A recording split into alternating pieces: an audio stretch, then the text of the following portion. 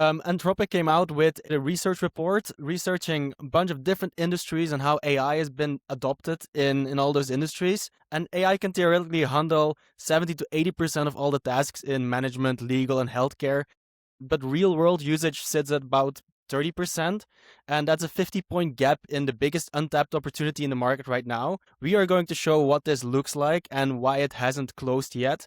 This graph shows all the different industries that exist and how AI can automate things, but also how it's currently being automated. And you see, if you're looking if you look watching on YouTube, you can see the red is what's currently already being done by AI. The blue is where the opportunity is. And this podcast is all about what's the opportunity in AI. So I would love to discuss this with Ben and Luca, because I think this is going to be eye opening. Yeah, we in this bubble, this echo chamber of AI, we think, oh, everything is already AI, but clearly is not. And yeah, I would want to throw the mic to Ben here and see what do you think? Where's the biggest opportunities right now, and how could someone act on that based off this graph? Yeah, well, I've been talking about like the plumber, right? And how like the plumber is kind of protected from this whole AI wave to an extent. And this chart kind of reiterates that, right? The other thing that I thought was super interesting is just how far out that blue bar goes on like the top right, where management, business and finance, computer and math, and then architecture go.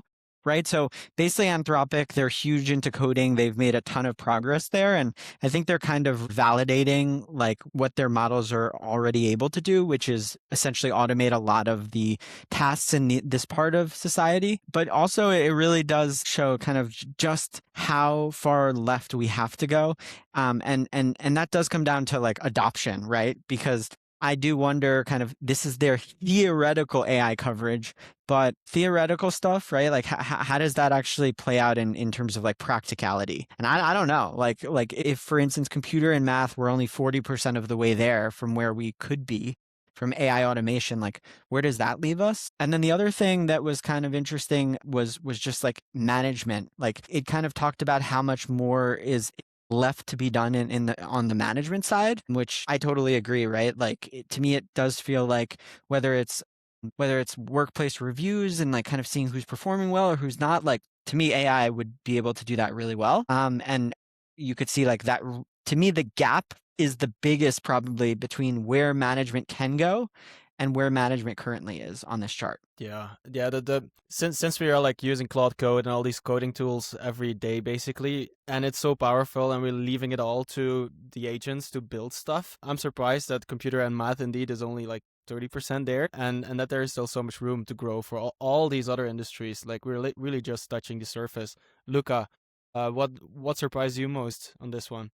When I'm thinking about the jobs that are being lost, I'm also thinking that so it's like some of these jobs to me are going to be gone, and some of these jobs are just going to stay the same. So I think it's more that if you're in a field that is going to be disrupted, you're going to become more of an orchestrator rather than a worker in that sense.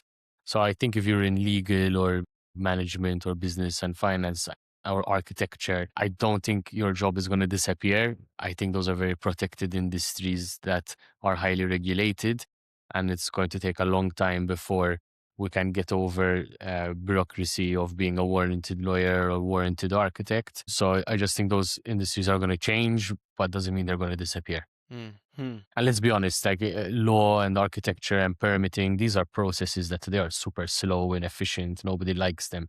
So is it such a bad thing that we're going to disrupt them? No. I'm just surprised that management, for example, could be 95% looking at this graph being AI capabilities. Is the management layer actually the one that's going to be replaced first? And one of the comments on one of our clips was saying the same. It's like even the CEO will be replaced. And I commented back, I'm like, yeah, but then who's gonna come up with the idea? And the guys in the comments were like, yeah, the founder.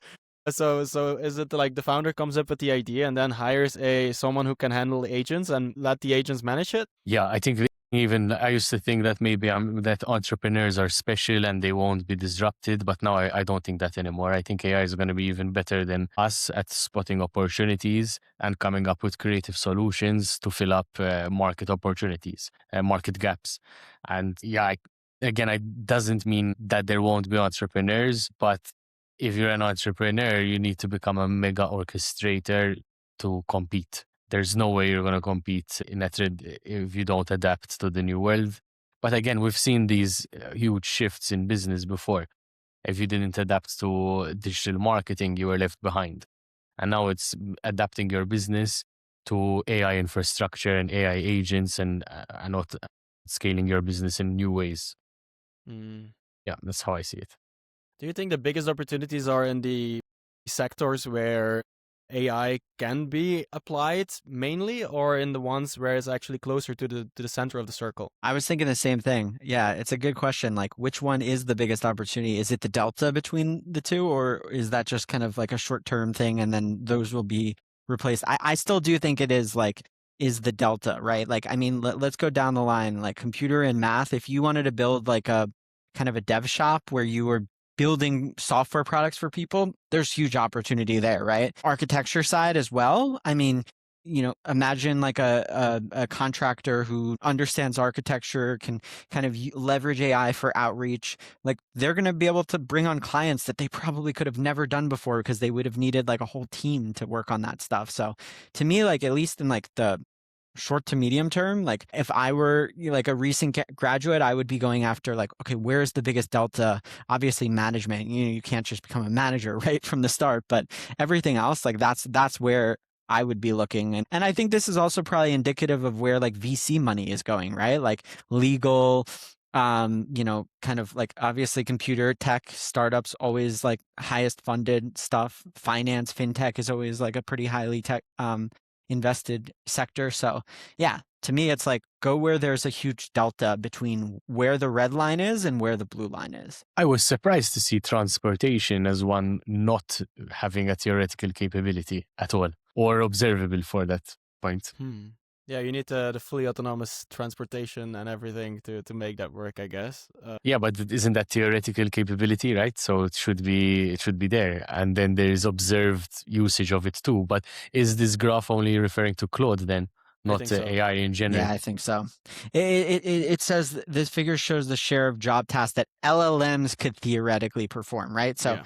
I mean, LLMs would not be able to help drive a car or something like that. Yeah, and then on the management point that you made, that not someone who doesn't have any management experience cannot build a management product, I would maybe push back on that, because these days even someone who doesn't know anything can download all the main key management principles and books and put that into an LLM, train it, and basically build a product around that, and that then can manage people and maybe even train the AI on emotional intelligence. That's the only human thing that's still left for the human to do there then. So yeah, I guess all of these can actually be done by anyone if they put their shoulders under it and if they want to learn more and dive deeper in and train an AI on the topics that are out there. I remember back in my management school days, like we learn about these principles and concepts and they're still the same, and I don't know how relevant, like they didn't really stuck in my head anyway. Like you got to go with your people skills after all, and that's maybe the only thing that AI is missing, the people skills.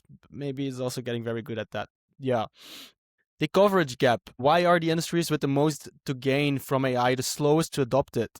80% plus of theoretical coverage in the management sectors, but we haven't really adopted it there yet. Why is that? Is that because all the LLM builders and providers are focusing on the most valuable one, which is coding now? Or is this just because this is the first domino block and then we, from the coding onwards, we go into all these other domains, but the focus is on building the building blocks first? I'm noticing is, especially starting to work with legacy industries, they have already experimented with AI in the last few years and have been disappointed. And many of them don't realize just how fast this technology is evolving.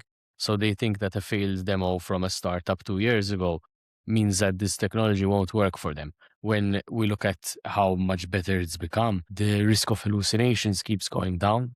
The way to mitigate against those hallucinations has become more established. And I believe that it's only the tipping point of when the LLMs will be at an acceptable level of risk for them to adopt, that it will reach that mass adoption from the industry. Law is one perfect example. The same legal startups that were existing in the last few years are suddenly becoming more accurate and having larger being able to understand more context or larger kind of token counts in their requests. So I think that's probably going to be the gap, is that there is lag between what the latest model is and the decision maker trying it out. Mm-hmm. I think that's one, but I'll just like segue straight into here. This chart is fascinating because it basically shows the gap between, you know, again, like actual usage and capability.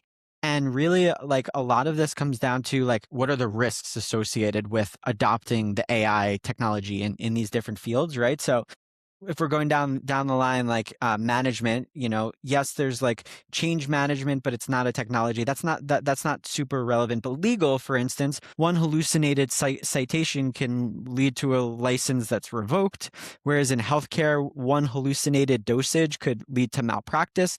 That has like those two have the biggest gaps, right? Legal and healthcare. And it's super interesting thinking about it from like, okay, how much risk is involved? If you're a doctor, if you're a lawyer and you're using AI and you mess something up, like your career could be jeopardized. Finance, like somewhere in between, right? Auditability, but there's a fiduciary duty. Whereas like arts and media, like, okay, it's already adopting super fast. There's like really not that much liability there. If you mess up, hallucinate on a piece of art, like nobody's going to die over that. Yeah. So I don't know. That was super interesting. Think about it from like the risk reward side. Yeah, that's On a that very point, good point. if you're a lawyer or a healthcare professional and you make a mistake in your work, you are legally liable for your mistake. If the AI makes a mistake, currently it's not clear who holds that liability. And to me, the technology just needs to prove it's more accurate than a human. It doesn't need to be 100%. Yeah, Mm-hmm. I think today probably a doctor, if they're using AI, they're going to be liable. I don't know. I would think that would be the case, but I don't know. It's hard to like prove who actually like specifically was given this advice and like how much the AI was involved, I guess. Yeah. Yeah, then we took that chart that we saw earlier, as well as those gaps in the previous slide, and we basically used that to map what's the opportunity. And you can see on the screen, opportunity is the gap times the industry value. And if we then see what are the biggest opportunity industries that could be disrupted and where the most room for AI adoption and implementation is, first, education, second, business and finance, and third, healthcare. Those are also the ones that, like, especially business, finance, healthcare, and management are the ones that we saw on the previous slide, which also have the highest risks. But I'm not surprised that education is on number one here, because education is huge and it's been around for such a long time. And it's just waiting to be disrupted, because if I think about school and education and the system, it's all old systems. I would not want to be learning from someone who hasn't done something before or hasn't even used a tool. I would be surprised if university lecturers are now playing around with the latest AI tools, which change so fast. I think like I would want my kids to learn about AI on YouTube, not on university. Maybe also not on YouTube, but just by playing around. But I love to see that education is actually on number one here, and I do think that's a big market or industry that is going to be disrupted by AI.